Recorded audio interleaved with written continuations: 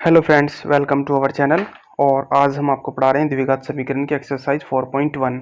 जैसे कि मैंने द्विघात समीकरण की सीरीज चला रखी है, तो उसमें मेरी एक्सरसाइज 4.1 का क्वेश्चन नंबर 2 का थर्ड पार्ट है, जैसे कि आप मेरे स्क्रीन पर देख पा रहे होंगे। तो वीडियो शुरू करने से पहले मैं आपसे रिक्वेस्ट करना चाहूँगा कि आप मेरे चैनल को सब्सक्राइब कर सकते हैं, जिससे कि ज़्यादा से ज़्यादा वीडियो आप मेरी देख पाएंगे। और ये क्लास 10th की सीरीज चला रखी है, तो क्लास 10th की मैं आज द्विघात समीकरण का ये क्वेश्चन नंबर आपको कराने जा रहा हूँ। तो चलिए दोस्तों, आई होप आपको ये मेरा क्वेश्चन बेटर लगेगा।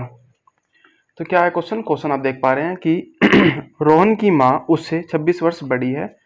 उनकी आयु वर्षों का गुणनफल अब से 3 वर्ष पश्चात कितना हो जाएगा? 360 हो जाएगा। तो हमें रोहन की परसेंटेज याद करनी है। क्या है? Rohan's mother age is 26 year older than him. The product of a two their age in year 3 years from now will be 360. Would we would to like to find the Rohan's present age.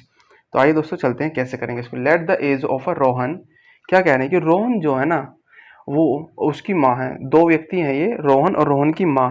तो रोहन की माँ की जो आयु है, जो as है, वो रोहन से 26 वर्ष अधिक है। तो सिंपल सी बात है, इसमें रोहन की आयु कम होगी और उसकी जो मदर्स है उनकी आयु अधिक होगी। तो चलिए दोस्तों देखते हैं कैसे करते हैं इस क्वेश्चन को। तो let the age of Rohan,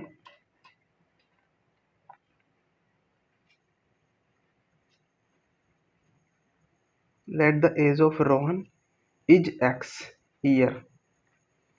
माना रोहन की आयु, माना रोहन की आयु एक्स वर्ष है। ठीक है दोस्तों। तो तो रोहन की माँ की आयु कितनी हो जाएगी? जो कि उससे 26 वर्ष बड़ी है ना, वो 26 ईयर्स ओल्डर देन हिम। तो उससे 26 वर्ष बड़ी है, तो क्या हो जाएगी? X plus 26। तो रोहन की माँ की आयु होगी एक्स प्लस 26 वर्ष। ठीक है दोस्तों। तो रोहन की माँ की आयु कितनी होगी? एक्स प्लस 26 वर्ष। तो फिर आगे क्या कहा है? उन्होंने कहा the product of their age in year 3 years from now will be 360। कहने का मतलब यह है कि 3 वर्ष पश्चात उनकी आयु का गुणनफल कितना हो जाएगा? 360 हो जाएगा। तो आज से 3 वर्ष पश्चात। तो चलिए दोस्तों चलते हैं हम। माना रोहन की आयु एक्स वर्ष है और रोहन की माँ की आयु कितनी हो जाएगी? एक्स प्लस 26 वर्ष। Then Rohan, sorry, Rohan's mother age will be x plus 26 year. ठीक है दोस्तों, चलिए नाउ 3 वर्ष पश्चात, 3 वर्ष बाद, आफ्टर 3 ईयर। ठीक है दोस्तों, after 3 years the age will be, आयु होगी उन दोनों की। रोहन की आयु कितनी हो जाएगी? एक्स। तो रोहन की आयु एक्स प्लस 3 और रोहन की माँ की आयु कितनी हो जाएगी? एक्स प्लस 26 तो थे ही थे और 3 और जुड़ जाएंगे। ठीक है। तो ये हो जाएगी दोस्तों एक्स प्लस 29। ये हो जाएगी रोहन की माँ की आयु। ठीक है दोस्तों, अब हमने यहाँ तक कर लिया। सॉरी, तो ये तो हो गई हमारी रोहन की माँ की आयु एक्स प्लस 29 वर्ष। ठीक है दोस्तों, अब हम चलते हैं। तो उन्होंने क्या कहा था कि 3 वर्ष पश्चात उनकी रोहन और रोहन की माँ की आयु कितनी होगी? 360 हो जाएगी। तो चलिए दोस्तों देखते हैं हम कैसे। प्रश्नानुसार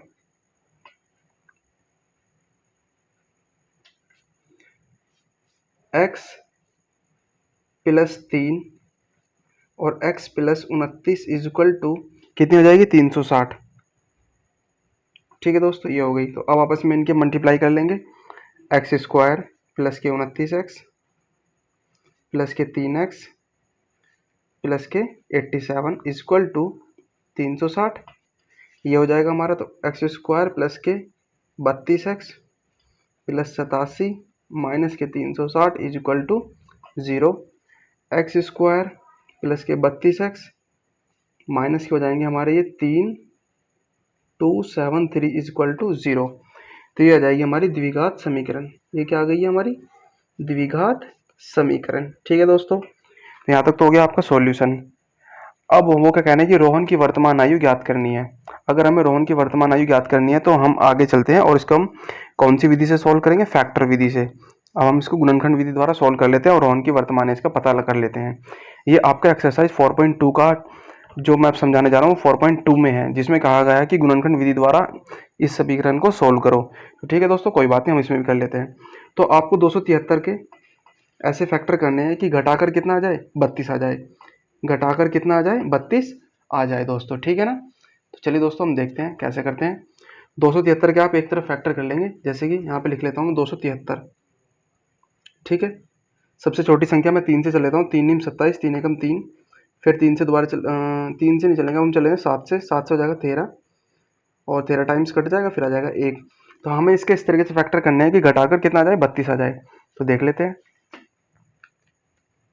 13 तिया 39 गुना 7, ठीक है, इज इक्वल टू 273 आ गया। और यहाँ देख लेंगे हम 39 में से 7 गए, कितने आ जाएंगे, 32। तो इस तरीके के हमें फैक्टर करने होते हैं। ये होती है हमारी फैक्टर की विधि। ठीक है दोस्तों, चलते देखिए आगे। तो ये इक्वेशन थी एक्स स्क्वायर प्लस के 32x माइनस के 273 इज इक्वल टू 0।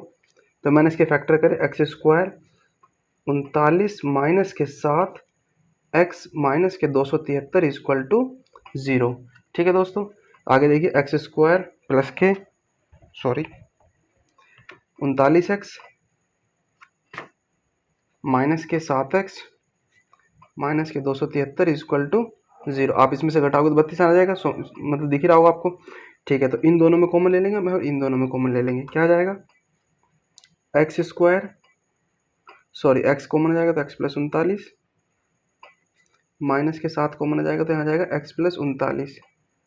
ठीक है दोस्तों, तो इस तरीके से हमारी वैल्यू आ जाएंगे एक्स प्लस 39 और x minus 7 is equal to 0। ठीक है दोस्तों, ये आ गया हमारा इस तरीके का। अब आगे चलते हैं। एक मतलब हर दोनों ब्रैकेट जो हम 0 के इक्वल रख देंगे। एक बार x plus 39 is equal to 0 रख देंगे तो कितना आ जाएगा, माइनस के 39। और एक बार आ जाएगा एक्स माइनस के 7 इज इक्वल टू 0, तो क्या आ जाएगा इसका 7। एक्स बराबर कितना आ गया, 7 आ गया। एक्स बराबर कितना आ गया हमारा दोस्तों, 7 आ गया। तो रोहन की आयु कितनी है, 7 वर्ष है। रोहन की आयु जो है वो कितनी है, 7 वर्ष है। ठीक है दोस्तों, धन्यवाद।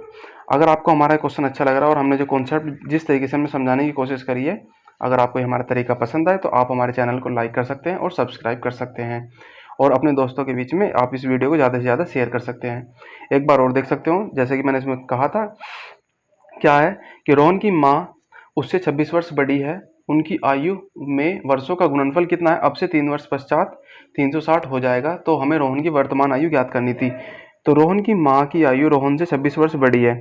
तो इस तरीके का क्वेश्चन था, तो हमने माना। तो इस क्वेश्चन को हम सबसे पहले क्या करते हैं कि जिसमें दिया है ना जिससे बड़ी है तो हम उसी को मान लेते हैं। तो उसे क्या मान लेते हैं, एक्स वर्ष मान लेते हैं। तो माना रोहन की आयु कितनी है, एक्स वर्ष। जैसे क्वेश्चन होगा उसी तरीके से हम मान लेते हैं। ठीक है दोस्तों, तो हमने माना रोहन की आयु कितनी है, एक्स वर्ष है। ठीक है दोस्तों, फिर इसकी बेस पे करते हैं। फिर रोहन की माँ की आयु कितनी हो जाएगी, उससे 26 वर्ष अधिक है, ऑब्वियस सी बात है। फिर ये कह रहे थे क्वेश्चन में कि 3 वर्ष बाद 3 साल बाद उसकी कितनी हो जाएगी, 360 हो जाएगी। तो फिर हमने क्या करा, 3 साल बाद चलेंगे, हम 3 साल बाद चले जाएंगे तो हम 3 जोड़ देंगे दोनों में रेस्पेक्टिवली। मैंने दोनों में 3 जोड़ा इस तरीके से। तो रोहन की आयु हो गई कितनी, एक्स प्लस 3 वर्ष, और उसकी हो गई एक्स प्लस 29 वर्ष, जब 3 वर्ष पश्चात की बात हो रही है। ठीक है, तो 3 वर्ष बाद में जो उन दोनों का जो आयु का जो गुणनफल है ना वो 360 है। उन दोनों की आयु का जो गुणनफल है ना वो कितना है, 360 लिख सकते हो। आयु का गुणनफल कितना है, 360। तो इस तरीके से आया दोनों का 360। ठीक है दोस्तों, मैं इस तरीके से करता चला गया, फिर हमारी द्विघात समीकरण बन गई। द्विघात समीकरण बनने के बाद में फिर हमने क्या करे, इसके फैक्टर विधि द्वारा हमने इसकी एज ज्ञात करने की कोशिश करी। तो ये आपके 4.2 का है ये वाला। तरीका, ये इसमें मैं पहले एडवांस सिखा के चल रहा हूँ, कोई दिक्कत नहीं है वैसे, ठीक है। तो ये हो गया आपका द्विघात समीकरण। द्विघात समीकरण के हमें फैक्टर करना होता है, फैक्टर हम इस तरीके से कर सकते हैं, फिर हमें इस तरीके से करके, और रोहन की जो आयु है वो आ गई हमारी, रोहन की आयु ये आ गई है 7 वर्ष।